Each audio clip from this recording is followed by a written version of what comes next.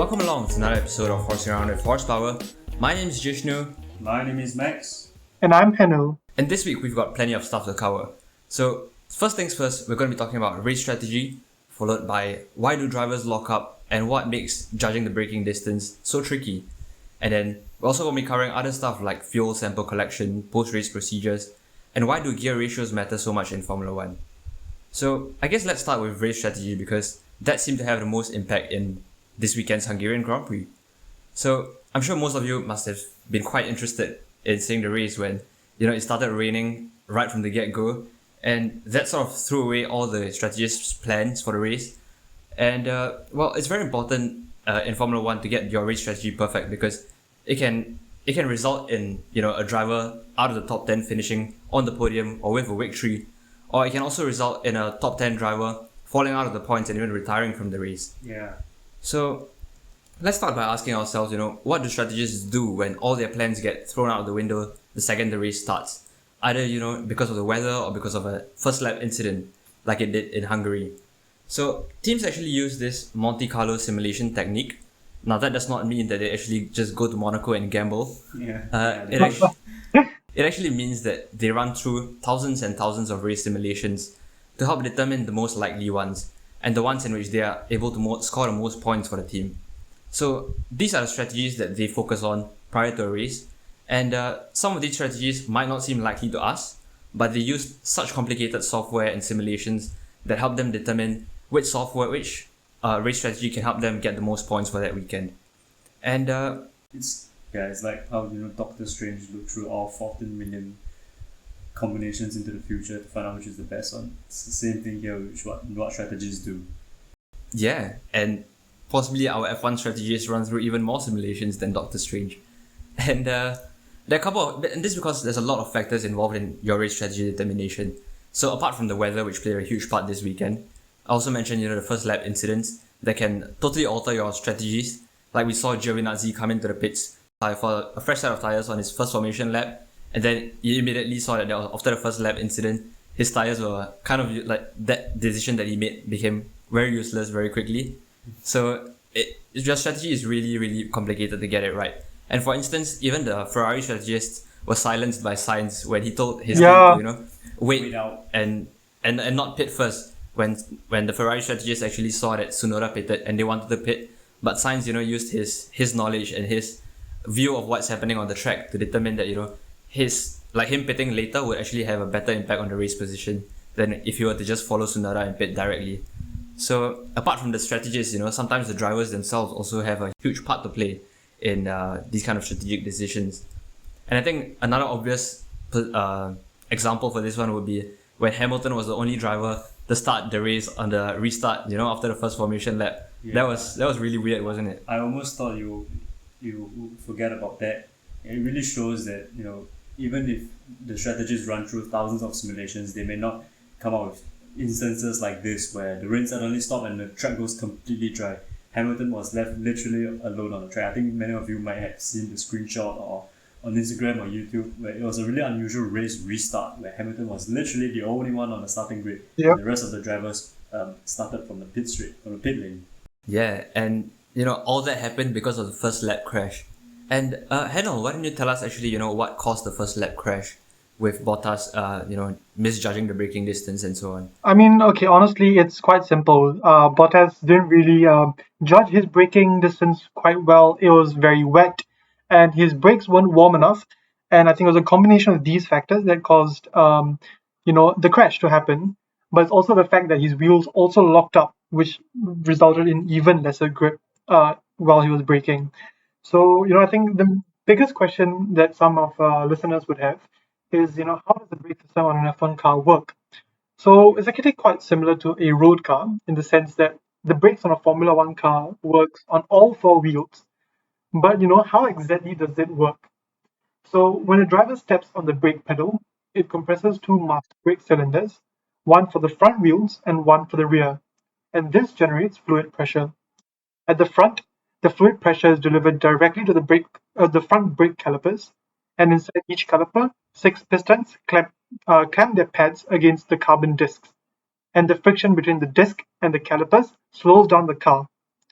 However, at the rear, it becomes a little more complex, where the wheel actually is decelerated by three separate sources: friction from the brakes, the resistance from the spinning engine, and also the electrical braking that results from harvesting energy by the hybrid electrical motor, which is also called the MGUK, or the motor generating unit dash kinetic.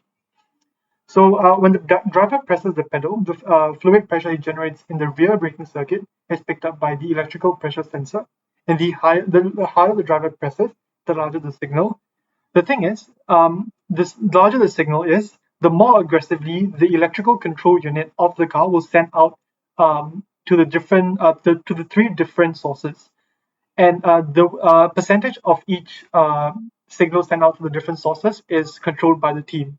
This is basically how the braking in an F1 car works. So wait, just now I did mention that the brakes weren't warm enough. So firstly, how warm can a brake, can F1 brakes get? And the answer for that is they can reach up to 1,000 degrees Celsius. This is quite shocking. Wow. Yeah, honestly, I was shocked as well when I first read that. But the thing is, carbon discs can actually easily handle these individual peak temperatures.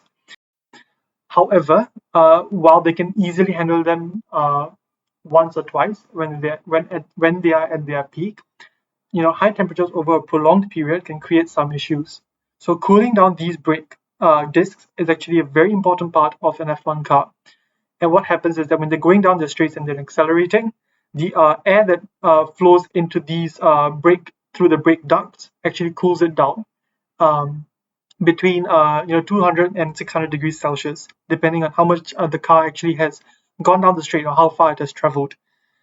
Um, but so what happens when your brakes aren't hot enough is that when your brake pistons actually clamp down on your discs, there's not enough bite or there's not enough initial grip to slow the car down. And this is exactly what happened with Valtteri Bottas. That even though he was going at quite a high speed, I think it was about 200 kilometers per hour, the brakes were so cold by traveling down a straight to cool down the brakes.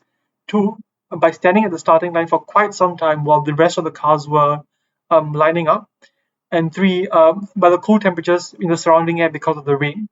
There was not enough bite, and when Valtteri Bottas, when he literally put pedal to the metal, but in this case, for braking, given how cold his brakes were, there was not enough grip on the between the calipers and the discs to actually slow down the car enough.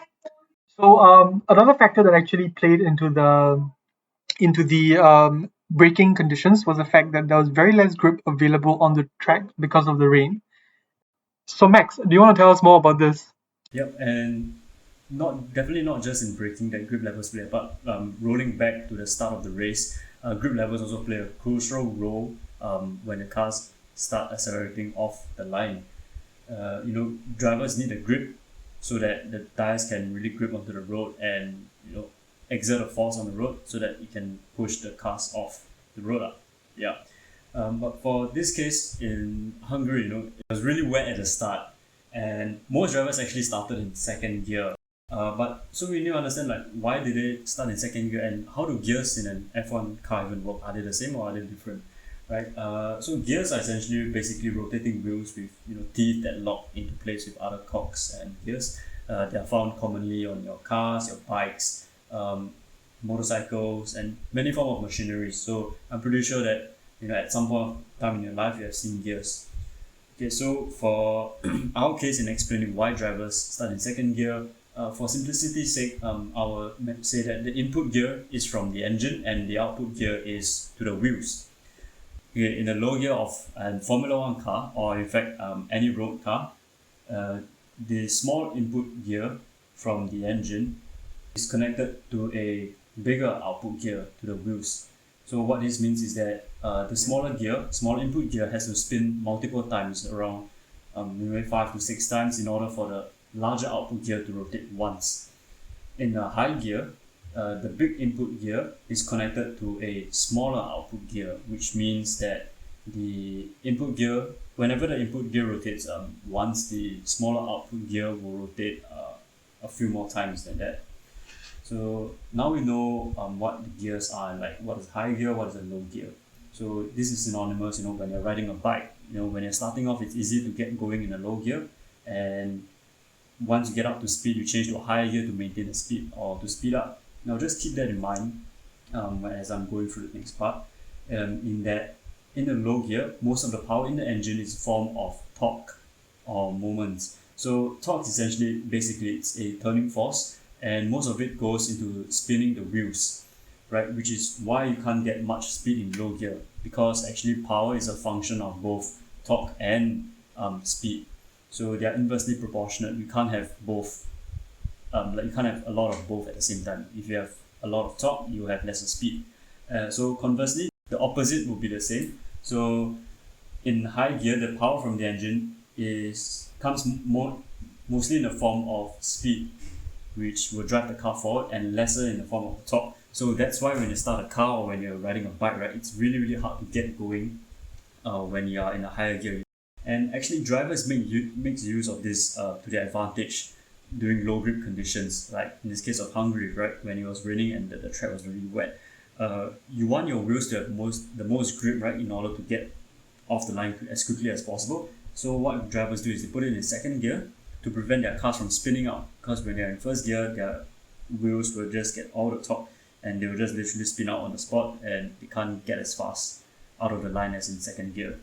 So that is the reason why actually most of the drivers start in second gear. And with this in mind now, I guess you guys listeners can also maybe use this to your advantage if you're ever in the same situation, which is unlikely. But yeah, in the future, when we have wet races, you can take a look at this. You can take note of this small detail that many people miss out, that drivers do actually start in the second gear. Yeah, and actually it can be quite interesting when you watch the onboards and you see like different drivers have like different tactics, not just in terms of gears, but like they also have like positions in which they hold their hands to get the ideal start of the line. So it's very important to get your race start right. But equally important is to ensure that you finish your race in a good way, in a fair way. And I think this weekend one of the biggest stories was when Sebastian Vettel got disqualified after finishing second on the podium. Yeah. And all for a rule infringement, basically. Yeah. So it was a very trivial matter. I think it wasn't really even his fault. Like, he drove a fantastic race, but yeah, it was just such a sad case whereby something to do with testing of equipment and the stuff after the race. So Jason, why don't you run us through that?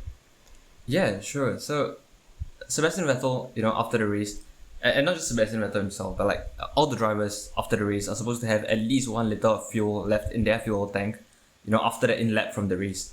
And this is actually for the FIA to use in conducting fuel sample tests, which are done for all the top 3 finishes on the podium, and also at random to like other drivers, not just after the race end, but like maybe after like qualifying sessions end as well. So the reason for this tests are like to ensure that the fuel used is of a permissible quality, something that matches the regulations that are implemented in Formula One. So one of those regulations is actually to ensure that there's a sufficient biofuel component, which I think was around 5.75% to like 7.5% in Formula One for this season, and it's also increasing throughout for the next couple of years. So these and other technical details are actually focused on when the FIA actually collects these fuel samples. And in Sebastian Vettel's case, he only had 0.3 liters of fuel left, which was significantly less than the 1 liter of fuel that is required. And it was a very, very weird situation. We haven't really seen it before in the past. And actually, I believe it wasn't that it was left with like 0.3 liters. It's that the engineers were only able to extract 0.3 liters. If I read correctly, if I remember correctly, like all their their sensors, all the data that they had, it showed that they had sufficient fuel to do this fuel test. It was just so unfortunate that they could only extract like so little amount, like 0.3 liters amount. Yeah, because I think their the team principal did claim that they had 1.44 liters of fuel left in the engine, according to the sensors. Except the fact that they couldn't extract it all was not their fault, but I think the engineer's fault. So they did launch an appeal yesterday on Monday, 2nd of August, and they had 96 hours as of yesterday to prove that they do have in fact 1 liter of oil left in their engine on their tanks. Sorry. Ah, Appeals. A bit, unfamiliar with you guys, but yeah, F1 does have cases where drivers and teams can actually appeal, and maybe we'll go through that on the topic of appeals later on in some other episodes. We'll go through what kind of appeals, how are they judged, who decides the outcome of these appeals. And just a for a spicy one. The Red Bull did appeal for the whole Max Verstappen crash Ooh. in Silverstone on the Cops Corner. Regarding, they said that they have new information that they would like to bring to light to F1, but I think F1 quickly shut them down, saying that it's Yeah, very of course. unsportsmanlike behavior. And I think Mercedes and Toto Wolff did jump onto that Mm. with a post on Instagram. I'm not sure about other social media platforms, but on Instagram they did, not launch, but they did post a formal letter talking about how they appreciate Formula One's stance on the investigation, and they hope that both Red Bull and Mercedes can continue on being good competitors. I think it was quite a sick burn, quite formal, almost like a James Bond move. yeah, it was very interesting. I mean, they even used their reserve driver Alex Albon to do simulations, real life Yeah. simulations of the The crash. crash to see Yeah, whether yeah. they win the appeal or something. It's to an extent that we've never seen before in Formula One. That, teams actually spend money to go to a racetrack and Yeah. spend fuel and all that engineers' time, to just get those data. But obviously, the FIA stewards, I think, deemed it to be not relevant data because it was created data and not discovered data. Yep. Which actually, if you read the regulations, it actually makes sense and it's fair. Yep. Yeah. But yeah, it's definitely interesting to see. And actually, I want to talk about this other stuff, which is post-race procedures. So other than the fuel sample collection, I'm sure most of you must have also seen like drivers, especially those podium finishers, like after they get out of the car, they still have their helmets and their Hans devices on, and they go onto this weighing scale and let this FIA marshal record down their weights. And I'm sure most of you must have wondered, why do they do this? Like, do they want to keep track of their fitness regime or stuff like that? But Whether can they still fit in their car? yeah, but there's actually a very good reason for this. So the heat and the humidity in an F1 car is very very big, Insane. Yeah, it's insane. insane. It's high. Yep, but it's immense, and especially on tracks like Singapore or Hungary in this weekend, the heat and the humidity combination can be so intense that drivers might lose upwards of like 5 kilograms, which is just intense. Like if you think about it. Yeah, it's all in like mostly water mass.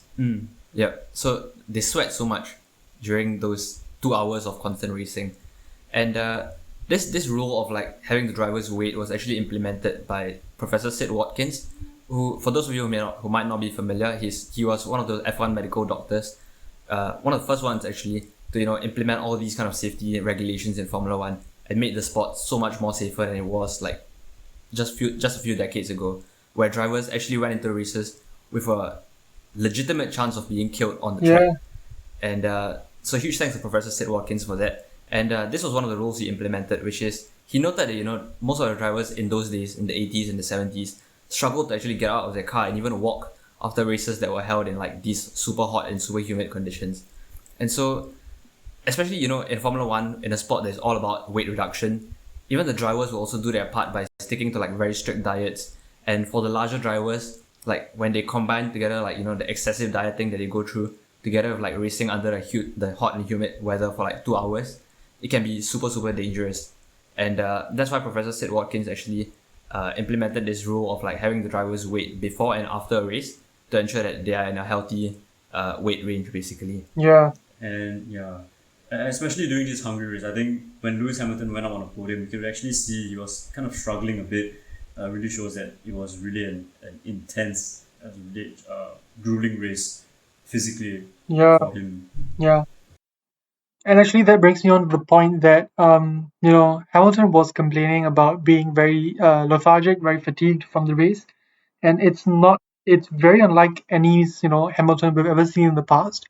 And I think he did he was claiming that it could be because of COVID and how his body still hasn't fully recovered, and this was one of the most intense races he's been in. So for our listeners out there, I think please, I implore you to stay safe. Please don't catch COVID, and if you do get tested, go through the quarantine and keep you and your loved ones safe. It's quite a grueling time right now, not only in Singapore but also elsewhere in the world. Although it seems to be getting better, you never know when COVID will hit if you're not safe. So please, wear a mask, maintain your distance to other people, and stay safe in general. Yeah, and on that note, we're actually coming to the end of the first half of the season for 2021, and we would love to hear your opinion again on this episode, and questions that you guys might have. Do put them down in the comment section, and we'll be happy to address them in the next few episodes. And well, enjoy the summer break, and we'll catch you guys next time. Bye. Bye.